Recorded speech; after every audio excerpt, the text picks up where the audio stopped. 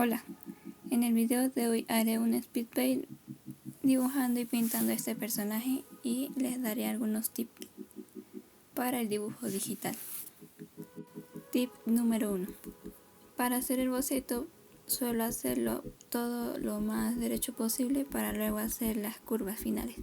Como pudieron ver en el boceto, en la parte más que todo en la cara del personaje. Y así de igual forma con el cuerpo. Para hacer los hombros o los brazos hacia arriba, suelo acomodar los triángulos, así como vieron con esta pose que sirve de buen ejemplo. Para no tener problemas con los brazos, solamente copié un brazo y después lo acomodé para tener el mismo largo. Creo que eso me ayudó mucho a no estarme enredando en ese aspecto. Después, la parte de los senos o del pecho, hice 2 círculos porque este personaje tiende a tener bastante, entonces eso también me ayudó. Y sobre todo de que sea por debajo o un poco por encima de la axila, dependiendo de cómo sea el físico del personaje. Tip número 2. El linear. Suelo ayudarme mucho con la atenuación activada porque esto me hace tener un trazo más preciso y no se ven las uniones.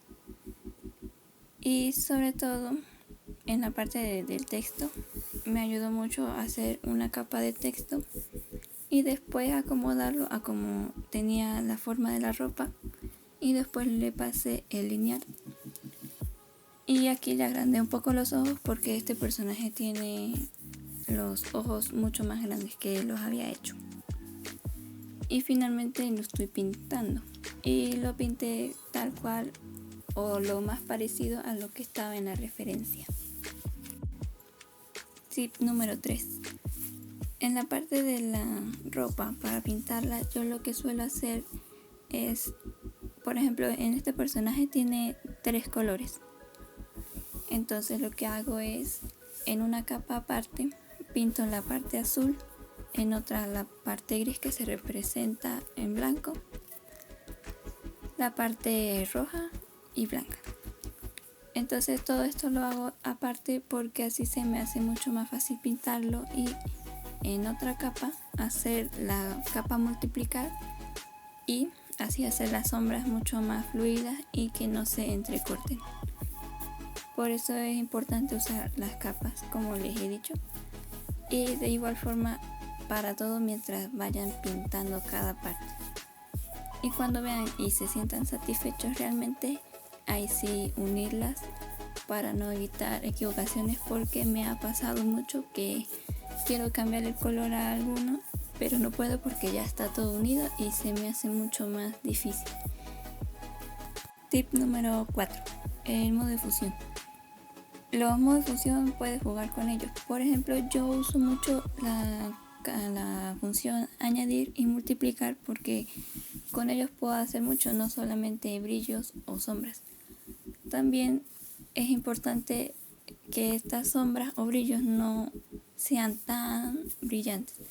Por eso también en este personaje lo que hice fue bajarle un poco la opacidad y me gustó cómo quedó.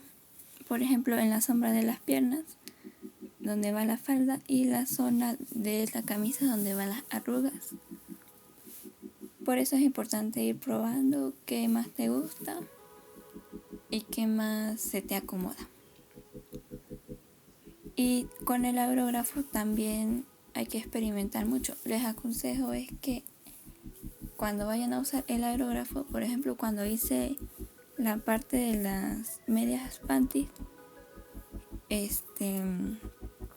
usé fue un tamaño grande porque si lo hacen pequeño entonces se va a ver mucho el trazo del aerógrafo, pero cuando se hace grande no se nota tanto.